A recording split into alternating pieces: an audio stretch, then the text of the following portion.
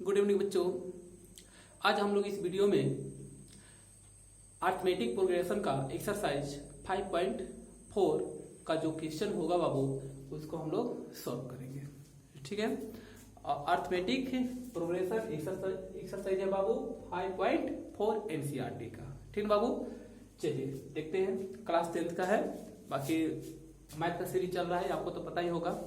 चलिए देखते हैं, लेट नहीं करते हैं, आगे क्लास स्टार्ट करते हैं। चलो देखो, कार्य बाबू पहला सवाल, एपी 121 117 113 डॉट डॉट डॉट का कौन सा पद सबसे पहला ऋणात्मक होगा। ऋणात्मक है तो बच्चे निगेटिव होगा। अरे उसमें ऐसे देखो, यहाँ एपी में जो संख्या दिया हुआ है वह सारी संख्या जो है बच्चे देखो डिक्रीजिंग ऑर्डर में लिखा गया है, यानी घटते हुए क्रम में लिखा गया है। देख लो, ठीक है। अब 113 से 1133 से डिक्रीज करते जाएगा संख्या, करते करते करते कोई ऐसा पॉइंट आएगा बच्चे जहां जो होगा बाबू वैल्यू जो होगा क्या होगा बाबू, निगेटिव होगा। तो पूछ रहा है कि वह कौन सा पद होना चाहिए पहला निगेटिव, उसी का वैल्यू निकालना है। तो मान लो कि वह पद n है, क्योंकि दिया नहीं है कौन सा पद है, तो हम क्या करते हैं बच्चे, उस टर्म को मान लेते हैं ना, पहला पद मानते हैं, nवां टर्म मान लेते हैं।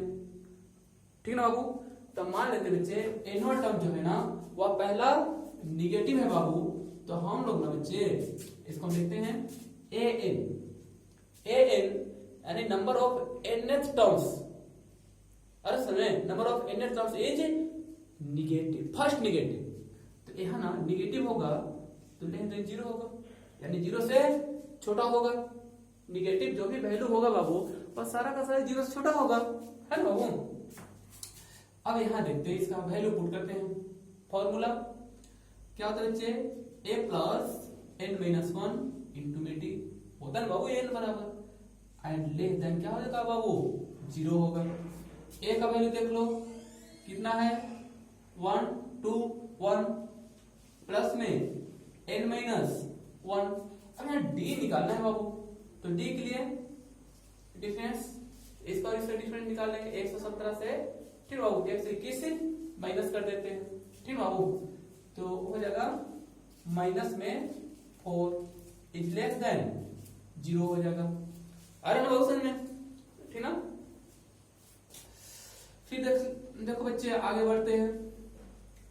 अब यहाँ ना सब देखते हैं 1 to 1 को रहने देते हैं, इसको पहले कर देते हैं 1 to 1 माइनस प्लस माइनस ये हो जाएगा बाबू 4n हो जाएगा, और माइनस माइनस प्लस होगा बच्चे 4 होगा इज लेस देन 0 हो जाएगा बाबू। अब यहाँ देखो जरा 121 और प्लस 4 कितना होगा बाबू 125, माइनस में 4n इज लेस देन 0 हो गया। चलो आगे बढ़ते हैं। अब ना बाबू इसको हम भेज देते हैं, ठीक है। चलो यानी 125 इज लेस देन हो जाओ बच्चे 4n, अब इसको सजा कर ले देते जरा, 4n इज ग्रेटर देन कितना होगा बाबू 125 हो जाएगा। अरे समझ में, देन 4n 4 को भेज देते थे, यानी n इज ग्रेटर देन कितना होगा वो 1 1 1 2 5 टू द 4, यानी n equal to n is greater than कितना हो जाएगा वो 4 3 का 12 होगा, 4 1 4 होगा, 4 2 8। ठीक है बाबू, तो यहाँ देखो बच्चे, यहाँ n is greater then 31.25, n का जो वैल्यू है बच्चे, ठीक ना, n जो है बच्चे 31.25 से बड़ा है। समझ लो, तो 31.25 तो होगा नहीं, जब भी होगा तो क्या होगा बच्चे, वह वैल्यू क्या होना चाहिए बच्चे 32 होना चाहिए।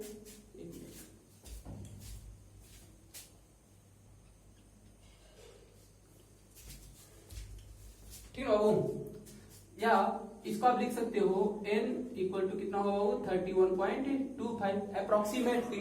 मीन्स क्या होगा बच्चे, अब यहाँ देखो n जो है बाबू 31.25 से बड़ा। अब 31.25 तो टर्म ही नहीं होता है, या तो टर्म्स होगा तो 30 होगा, या 31 होगा, या तो 32 होगा। तो यहाँ क्या बच्चे, यहाँ जो है बाबू 31.25 से बड़ा है और उसमें n का वैल्यू तो 31.25 नहीं होगा बच्चे। या क्या होना, नेक्स्ट टर्म्स हम देखते हैं, यानी 32 टर्म्स मिलेगा बच्चे, जो कि पहला निगेटिव होगा बाबू। सुन बाबू, अतः जो होगा बच्चे, ठीक ना, 32 टर्म्स जो होगा बच्चे, टर्म जो होगा वो क्या है बच्चे, पहला फर्स्ट क्या हो जाएगा, निगेटिव होगा। ये क्या होगा बाबू, आंसर हो जाएगा। ठीक ना बाबू, देखते हैं नेक्स्ट क्वेश्चन।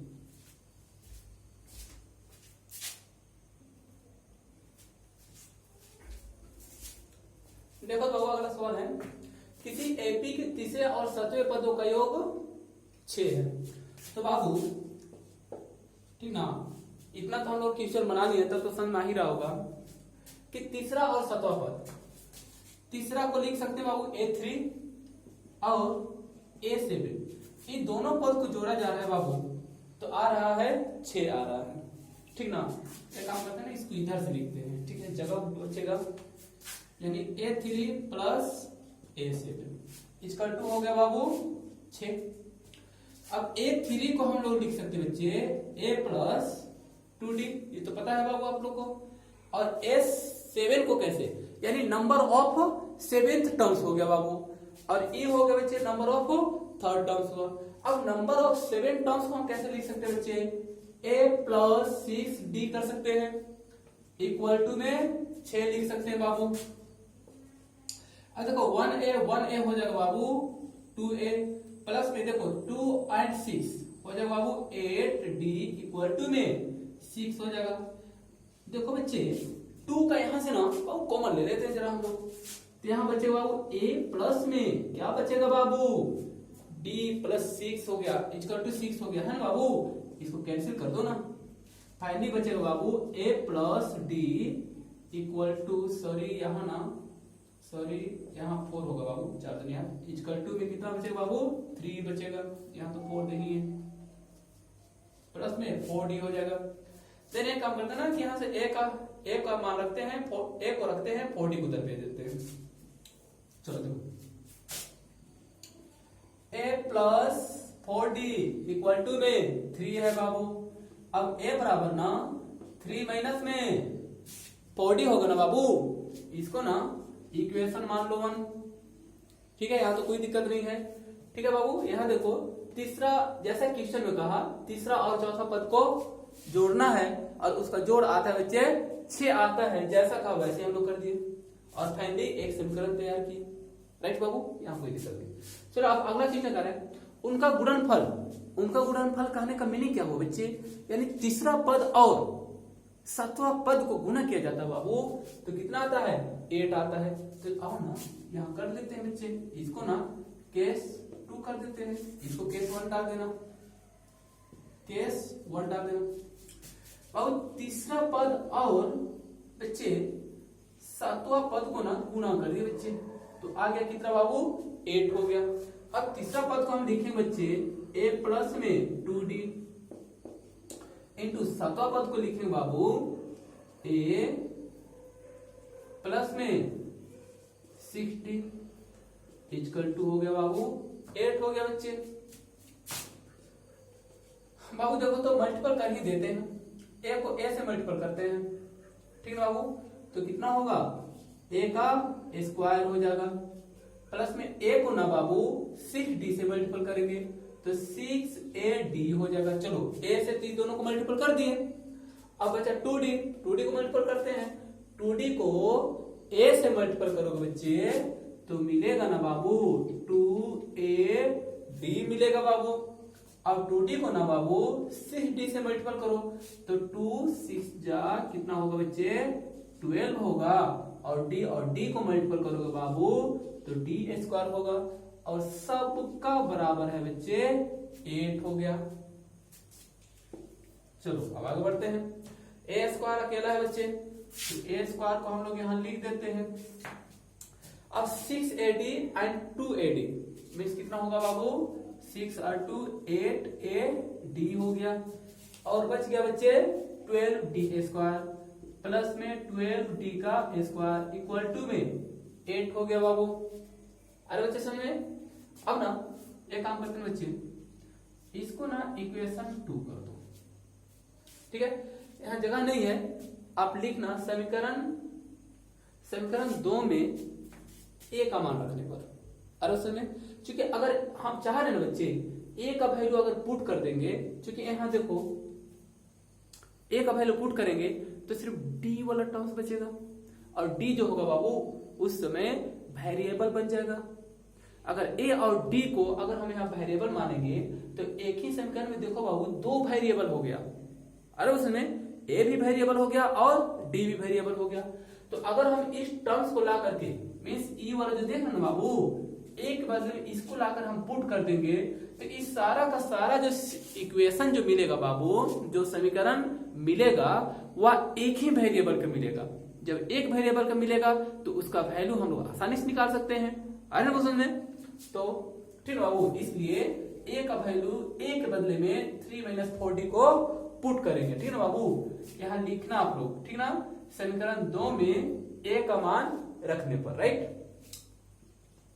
ए का वैल्यू 3 - 4d है, तो यहाँ ना बच्चे 3 - 4d का हो जाएगा बच्चे होल स्क्वायर हो जाएगा, ठीक ना बाबू।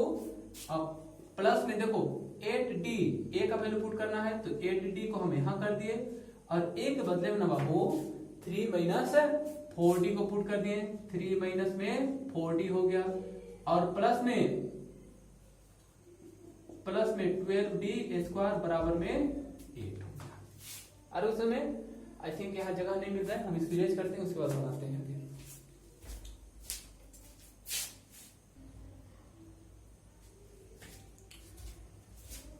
चलो देखो बाबू, इसको ब्रेक करते हैं आप, इसको a मान लेते, इसको b, a - b का होल स्क्वायर मीन्स कितना होगा बाबू, a का स्क्वायर माइनस में देखो बाबू 2ab होगा बाबू, प्लस में b का होल स्क्वायर। चलो इसको तोड़ दिए, अब यहां देखो बाबू प्लस, अब 8d को 3 से मल्टीपल करेंगे तो हो जाएगा बाबू 4d। अब 8d को, ठीक ना बाबू, 4d से मल्टीपल करो तो माइनस में 32 का d स्क्वायर हो जाएगा, एंड प्लस में बचा बच्चे 12d स्क्वायर इक्वल टू में 8, ठीक है बाबू।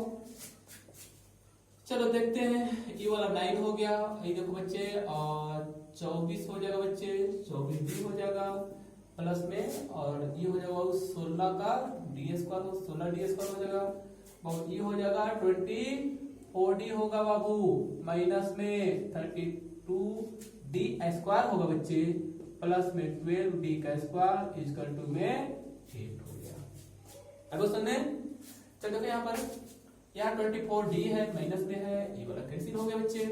फिर बचा हम लोग पास क्या चीज, देख लो आप, और बचा यहाँ देखो 32d, 32 से देखो मैं 32 से 16 घटा, 16 बचा, 16 से 12 घटा बच्चे, कितना बचा -40, ठीक ना, यानी -40, 9 - 4d स्क्वायर इक्वल टू बच गया बाबू 8 बच गया बाबू। इसको उधर लेके चलते हैं तो इधर बचा बाबू 4d का स्क्वायर इक्वल टू 8 माइनस में 9 बच गया। अब यहाँ बच्चे एक लाइन और लिखते हैं, 4d का स्क्वायर इक्वल टू माइनस में 1, माइनस से प्लस हो जाएगा, देन 4d का square equal to 1, then d square equal to 1/4 हो जाएगा। फाइनली अब ना d को रखते हैं, स्क्वायर को भेजते हैं, तो प्लस माइनस अंडर रूट 1/4 हो गया, और प्लस माइनस 1 का रूट 1 होगा, 4 का रूट कितना हो गया बाबू 2 हो गया। यानी d का वैल्यू जो निकल कर आया बच्चे प्लस माइनस 1/2 निकला। अरे उसमें और d के लिए दोनों जो वैल्यू निकला बच्चे वो दोनों का दोनों वैलिड है। अरे उसमें क्योंकि d का वैल्यू पॉजिटिव भी हो सकता है और निगेटिव भी हो सकता है। अरे उस समय अब यहां देखो बच्चे, अगर हम डी का वैल्यू अगर पॉजिटिव रखेंगे तो ए का वैल्यू जो भी निकले, ठीक है, और यदि डी का वैल्यू निगेटिव लेंगे तो उस समय भी ए का वैल्यू निकलेगा, लेकिन दोनों केस में ए का वैल्यू जो निकलेगा बाबू एक दूसरे के बराबर नहीं होगा। अरे समय जब ए का वैल्यू बराबर नहीं होगा, डी का वैल्यू बराबर नहीं होगा, तो उसका 16 पदों का जो टर्म, 16 पदों का जो योगफल है बच्चे, वो भी एक दूसरे के बराबर नहीं होगा। अरे उस समय चलो देखते हैं आगे, इसको हम इरेज करना चाह रहे हैं, ठीक ना।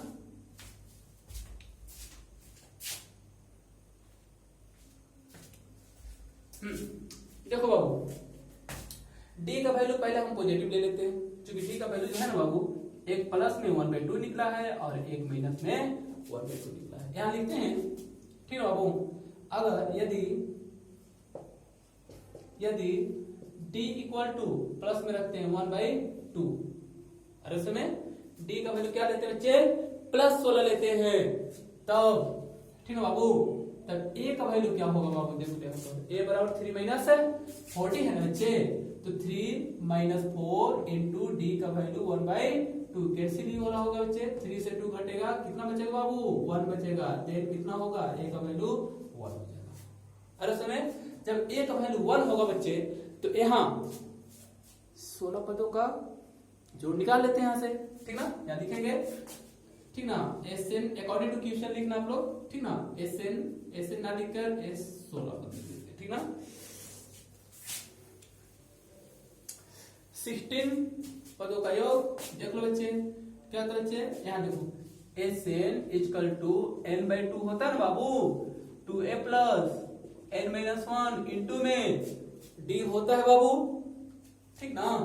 तो चलो यहाँ देखते हैं, n का वैल्यू 16/2 हो गया, और 2a का वैल्यू 1 हो गया, प्लस में n का वैल्यू 16 माइनस 1 हो गया बच्चे, और d का वैल्यू जो है बच्चे 1/2 हो गया।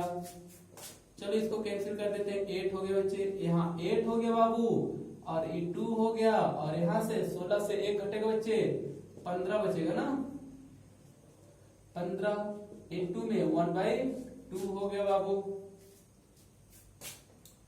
चलो देखो 8 इंटू, देखो बाबू 2 दूनी 4, 4 15 4 19 हो गया ना बाबू, 19/2, इसको कैंसिल कर दो आप, ठीक ना, यहाँ 4 हो गया, यानी 19 चौका 76 हो गया, यानी 70, ठीक ना, 76 निकला बाबू, S16, यानी प्रथम 16 पदों का जोड़ जो निकला बाबू, वह कितना निकला, 76 निकला।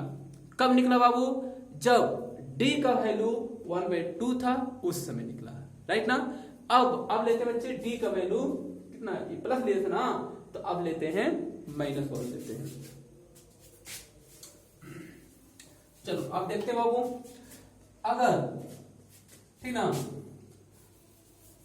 लिखते हैं तथा d equal to half, then क्या होगा बच्चे, a इक्वल टू, तब क्या होगा बच्चे, a equal to 3 minus 40, 3 minus 4 into minus 1/2, d का वैल्यू पुट कर दिया यहाँ पर, चलो ये 2 हो गया, देखो माइनस माइनस प्लस हो गया बाबू, 3 प्लस 2 हो गया, देन कितना हो गया बाबू, 5 हो गया, a का वैल्यू निकल कर आ गया बच्चे, 5 निकल कर आ गया।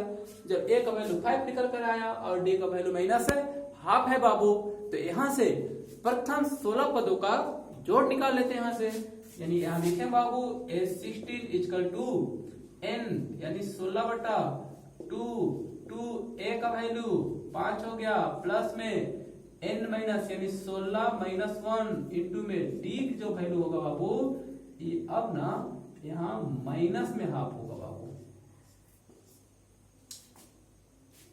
चलो देखो इसको कैंसिल कर दो, 8 हो गया, ठीक ना बाबू, यहाँ 8 हो गया बच्चे।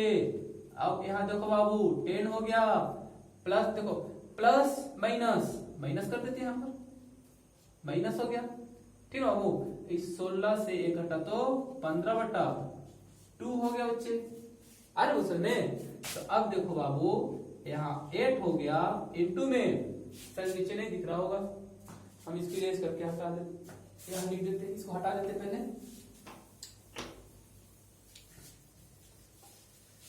चलो देखो, S16 इक्वल टू बहु देखो 8, यहाँ कट गया था, 8 इंटू बाबू यहाँ देखो ये 1 है ना बाबू, तो 20 से 15 घटेगा तो 5/2 हो गया बाबू, ठीक ना।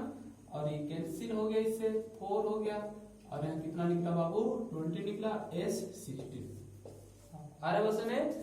अब देखो बाबू सम ऑफ, ठीक ना बाबू, यानी सम ऑफ फर्स्ट 16 टर्म्स, इस कितना आया बच्चे 20 आ गया, आ रहा सुने, ठीक ना।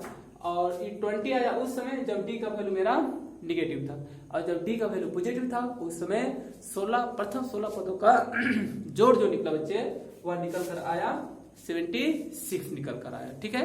देखते हैं अगला क्वेश्चन।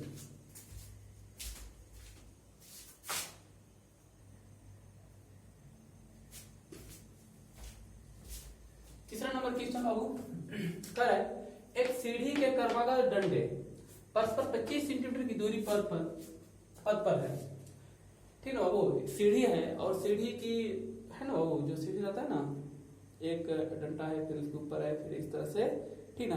तो वो दो जो डंडा लगा हुआ है बच्चे, उसमें सीढ़ी में डंडा लगा हुआ है, उसके बीच की जो दूरी है ना वो आप 25 सेंटीमीटर बोल रहे हैं बाबू। डंडों की लंबाई एक समान रूप से घटती जाती है, ठीक ना, वो घटते जा रहा है, ठीक है, यानी नीचे वाला सबसे बड़ा होना चाहिए, ऊपर वाला छोटा होता जा रहा है, वो भी एक समान है। सबसे निचले डंडे की लंबाई है 45 सेंटीमीटर, 45 सेंटीमीटर है सबसे नीचे वाला, और सबसे ऊपर और निचले डंडों के बीच की दूरी है बच्चे 2.1/2 मीटर में है, ठीक ना, बाकी सब सेंटीमीटर दिया है। तो डंडों को बनाने के लिए लकड़ी की कितनी लंबाई की आवश्यकता होगी। अरे उस में मान लो बच्चे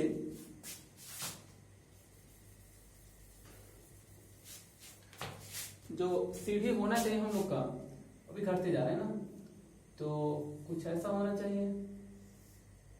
अरे उसमें जो सबसे लंबी दूरी है बच्चे ये है 45 सेंटीमीटर। अरे उसमें सबसे नीचे है बाबू 45 सेंटीमीटर, और एक समान रूप से क्या होता है बच्चे, यह घटते जाता है।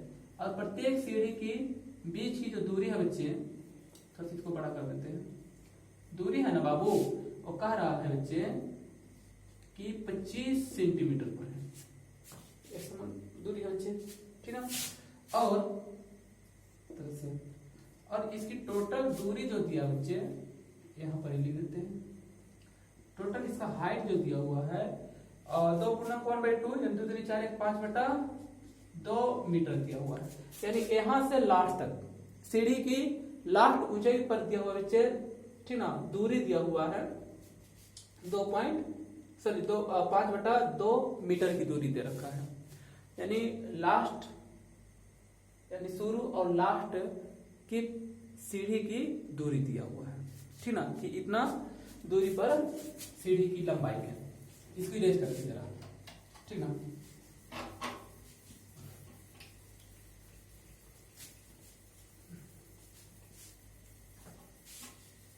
चलो देखो, तो सबसे पहले कि हम टोटल दूरी निकाल लेते हैं पहले, कि जितना दूरी पर सीढ़ी है ना बाबू, कुल लकड़ी की लंबाई निकाल लेते हैं, ठीक ना। यानी यहां लिख देते हैं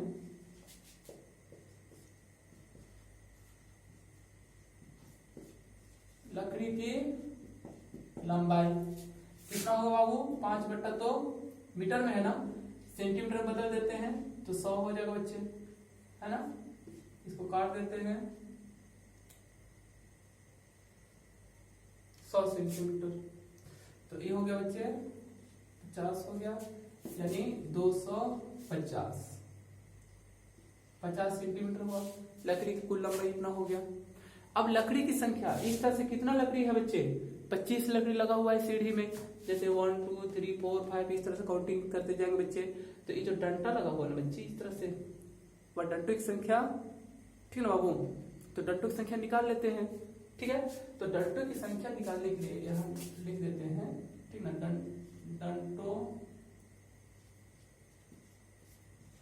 डंडों की संख्या। टोटल दूरी है बच्चे कितना 250 सेंटीमीटर है, और प्रत्येक डंडे के बीच की जो गैप है बच्चे 25 सेंटीमीटर की दूरी पर है। और उस समय टोटल यहाँ टोटल लकड़ी की लंबाई हो गई बच्चे 250 हो गए बच्चे सपन बाबू। और प्रत्येक लकड़ी हर एक लकड़ी जो है ना बाबू वो 25-25 सेंटीमीटर की दूरी पर लगाया गया है बच्चे, यानी जो डंडा लगा हुआ है, ठीक ना। तो डंडों की संख्या कितना हो जाएगा बाबू 25 से भाग कर देंगे, क्या निकल कर आ जाएगा बच्चे 10 जो होगा बच्चे डंडों की संख्या, यानी इस सीढ़ी में ना बाबू 10 डंडा लगा हुआ है। डंडा कैसे, इस तरह से ना इसी पर ना पैर रखकर चढ़ा जाता है। तो ई वाला जो डंडा की संख्या बाबू या संख्या कितना है 10 है बच्चे, आगे सुने, ठीक है। चलो अब मान लो बाबू, तो बोला कि कुल लकड़ी कितना लगा हुआ है ना बाबू,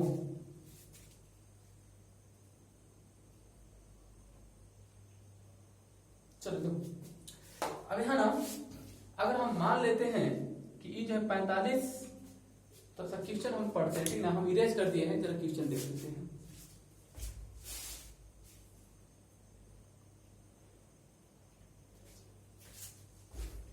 हाँ देखो बाबू क्वेश्चन देखें कि यहाँ तो लकड़ी लिखा गया है, क्योंकि टोटल लकड़ी कितना लगा है, ठीक ना, टोटल लकड़ी हमें निकालना है। और यहाँ हम लिख दिए हैं, ठीक ना, लकड़ी की लंबाई, तो लकड़ी नहीं होना चाहिए बाबू, यहाँ ना डंडा होना चाहिए, डंडों की लंबाई, ठीक है, डंडों की लंबाई हुआ, जो ये जो डंडा लगा हुआ है ना बाबू इसकी लंबाई हो गया, ठीक है, इसलिए डंडों की संख्या इतना निकल कर आ गया। अब मान लो बाबू इसको हम ए मान लेते हैं, यानी इसको पहला टर्म्स मान लेते हैं, इसको ए मानते हैं, तो ये दूसरा टर्म्स कितना होगा ए प्लस बी होगा। अरे समय यानी इसको देखो बाबू एक समान रूप से घटते जा रहा है, अरे वो समय इसका मतलब जो होगा बाबू ये 45 है, उसके बाद फिर अगला जो होगा बच्चे इससे छोटा होगा, फिर अगला जो डंडा लगा हुआ बच्चे वो भी इससे छोटा होगा, वो भी एक समान रूप से घटते जा रहा है। इसका मतलब ये जो डंडा लगा हुआ है ना बाबू या किस में बाबू एपी में है, अरे उस समय तो मान लो कि एपी का पहला पद अगर मान लेते हैं ए बराबर 45, अरे उस समय तो दूसरा पद कितना होना चाहिए बाबू 45 प्लस में डी होना चाहिए, और तीसरा पद कैसे होना चाहिए बाबू 45 प्लस में 2d होना चाहिए। इस तरह से अंतिम पद क्या होना चाहिए बच्चे, ये 10वां है मान लो, बीच में और है, अरे उस समय तो ये 10वां क्या होगा बच्चे, 10वां टर्म होगा a प्लस 90 होगा बाबू 10वां पद, सचपन बाबू, क्योंकि लकड़ी की संख्या कितना बच्चे, डंडों की संख्या कितना है 10 है, यानी इसमें 10 डंडा लगा हुआ है, तो अंतिम डंडा जो होगा बच्चे वो कितना होना चाहिए a प्लस 90 होना चाहिए, क्योंकि एक कम करना है ना बाबू डी के साथ, ठीक है। अब a का वैल्यू अगर हम 45 लेते हैं बच्चे तो ये कितना होगा बाबू 90 होगा, यानी अंतिम डंडा, सच पर बाबू अंतिम डंडा कहो या लास्ट पदों की संख्या कितना होगा बाबू 45 प्लस 90, देखो यहाँ पर बीच में और है, इस तरह से 810 इक्वल टू 45 प्लस में 90 हो जाएगा बाबू, अरे उस में, ठीक है। चलो इसको इरेज करते हैं,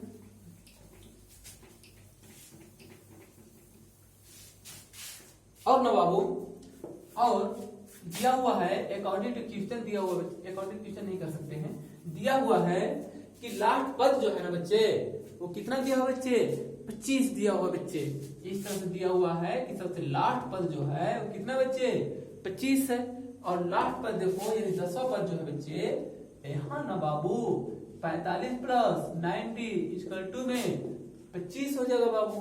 अब इसको हम भेज देते उधर, तो ये क्या गई था, तो ये हो जाएगा 90 इक्वल टू में 25 माइनस में 45 हो जाएगा, यानी 90 इक्वल टू घटा देते बच्चे, यानी 0 कितना हुआ 2, यानी d बराबर -20/9। चलो ये d का मान निकल गया बाबू, अरे बच्चे समझ में, अभी d का मान निकल गया और a का मान है ही, n का भी वैल्यू है, तो हम आराम से निकाल सकते हैं इसका लकड़ी की लंबाई, ठीक है बाबू, कि उसमें टोटल लकड़ी कि लंबाई कितना होना चाहिए, तो हम निकाल लें। चलो देखो तो बाबू डी का वैल्यू इतना निकाल दिए हम लोग, ठीक ना। अब हम निकालना है एस एन, यानी टोटल लकड़ी कितना लगा हुआ है सीढ़ी में, उसकी टोटल लंबाई निकालना है बाबू। तो एस एन लगा देंगे, एस एन बराबर होता ना बाबू n by two, two a plus n minus one into में डी हो जाएगा बाबू। अब एस एन, एस यानी कितना 10, ठीक है बाबू। लकड़ी की संख्या, डंडी की संख्या कितना बच्चे 10 है, देन 10 बाई 2 हो जाएगा बाबू। और यहाँ 2 इंटू ए का वैल्यू, यानी पहला कितना था बच्चे 45 था ना, तो 45 हो जाएगा। और एन का वैल्यू हो जाएगा बच्चे 10, 10 माइनस में 1 इंटू में डी का वैल्यू, देखो यहाँ हम लोग निकाल कर लेकर आ गए बाबू। कैंसिल कर देते हैं, 5 हो जाएगा और ये 90 हो जाएगा। देखो प्लस माइनस माइनस हो जाएगा बाबू। और यहाँ पर 9 इंटू यहाँ 20 बाई 9 हो जाएगा बच्ची, तो कैंसिल हो गया। फाइनली बचा बाबू 5 इंटू में 90 से 20 माइनस कर दो बाबू, तो 70 हो जाएगा, यानी होगा बाबू 35 हो गया, राइट ना बाबू। यानी सेंटीमीटर कुल लकड़ी की लंबाई निकलते हैं, सर हो जाएगा। फिर बाबू तब प्रैक्टिस करना, थोड़ा सा है तो इजी लेकिन थोड़ा सा लेंदी है, ठीक ना। देखते हैं अगला क्वेश्चन।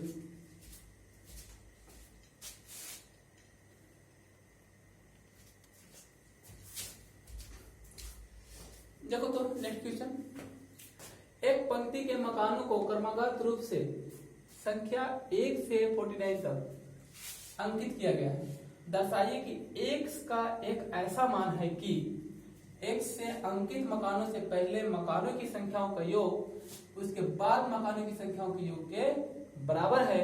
तो x का मान ज्ञात करना है। सबसे पहले जो है ना बाबू, मकानों की जो संख्या है ना 1 से लेकर के 49 तक क्रमागत है। मीन्स क्या होगा बाबू कि मकान की जो संख्या है ना उसी सीरीज में रखा है, एपी में रखा गया है। अरे सुनिए यहां लिखते हैं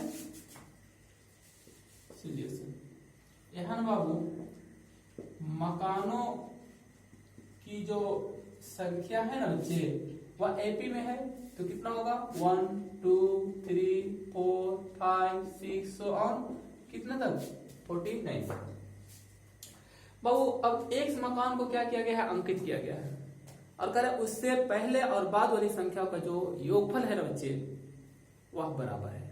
मैं जिसको आप अंकित कर रहे हो बच्चे क्या होगा बच्चे, वो मकान की जो सम होगा वह x माइनस 1 होगा। और उसमें देन डायरेक्ट हम पुट करते हैं बच्चे, जो क्वेश्चन नंबर है इसमें डायरेक्ट करते हैं, ठीक ना। यानी sum of x minus 1 equal to sum of 49 minus sum of x, इसको घटाओ बाबू, ठीक ना। यहाँ एक रिलेशन तैयार हुआ, समझो ना बाबू, यानी ठीक है। एक काम करते हैं, इसको हटा करके उसके बाद हम बनाते हैं, सॉल्व करते हैं।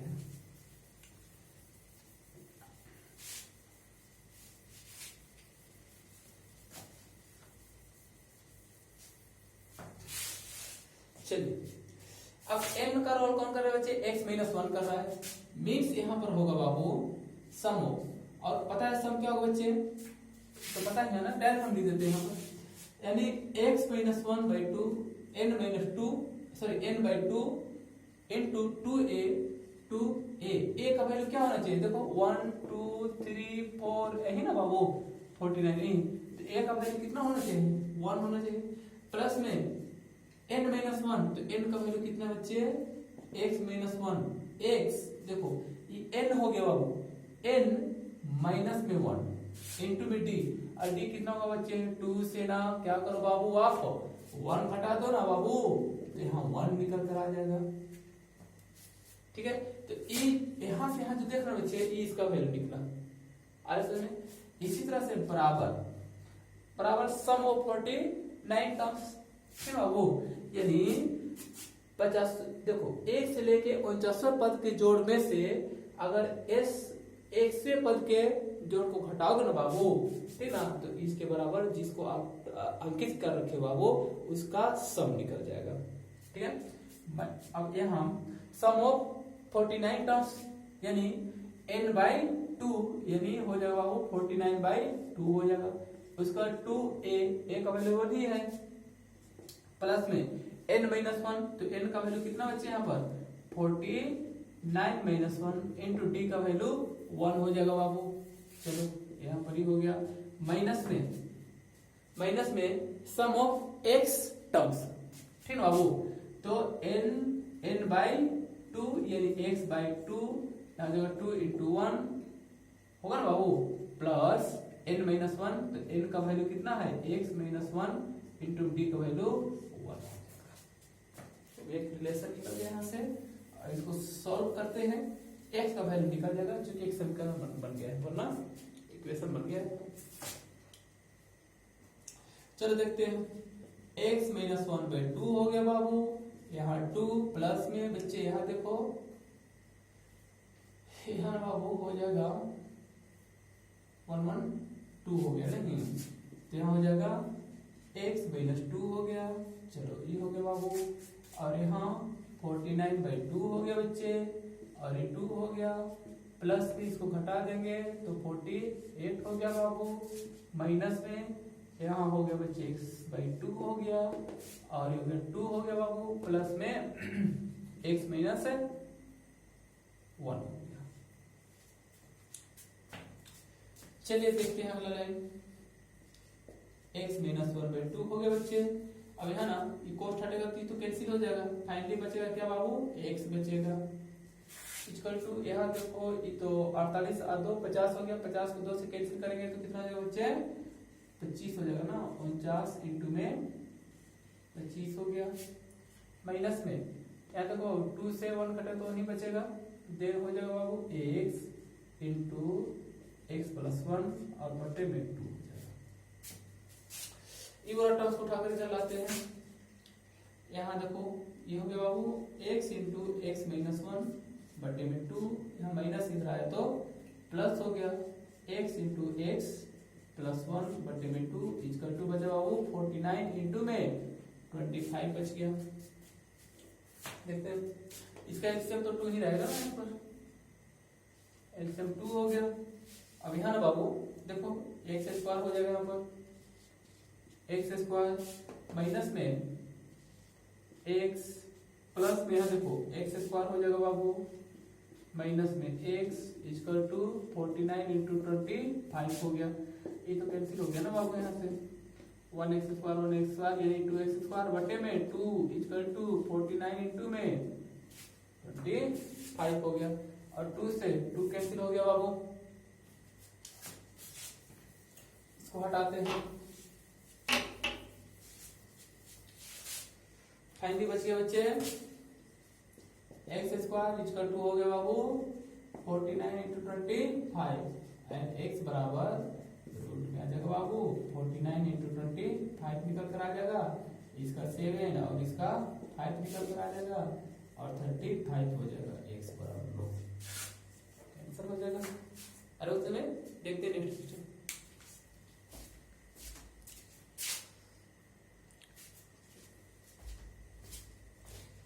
चलो बाबू 55 नंबर जो सवाल है बड़ा आसान सवाल है, तो इसको आप लोग बना लीजिएगा क्योंकि वीडियो लंबा जा रहा है इसलिए उसको हम अटेम्प्ट नहीं कर रहे हैं। फिर भी यदि आपको सब नहीं आता है तो आप कमेंट कीजिएगा, हम उसको बना देंगे, ठीक ना बाबू। वीडियो अच्छा लगे शेयर कीजिएगा, लाइक कीजिएगा बाबू, लाइक जरूर कीजिएगा, ठीक है, लाइक कीजिएगा और सब्सक्राइब करके बेल आइकन दबा दीजिएगा ताकि जो वीडियो हम अपलोड करें नोटिफिकेशन आप तक पहुँच जाए, ठीक। Thank you.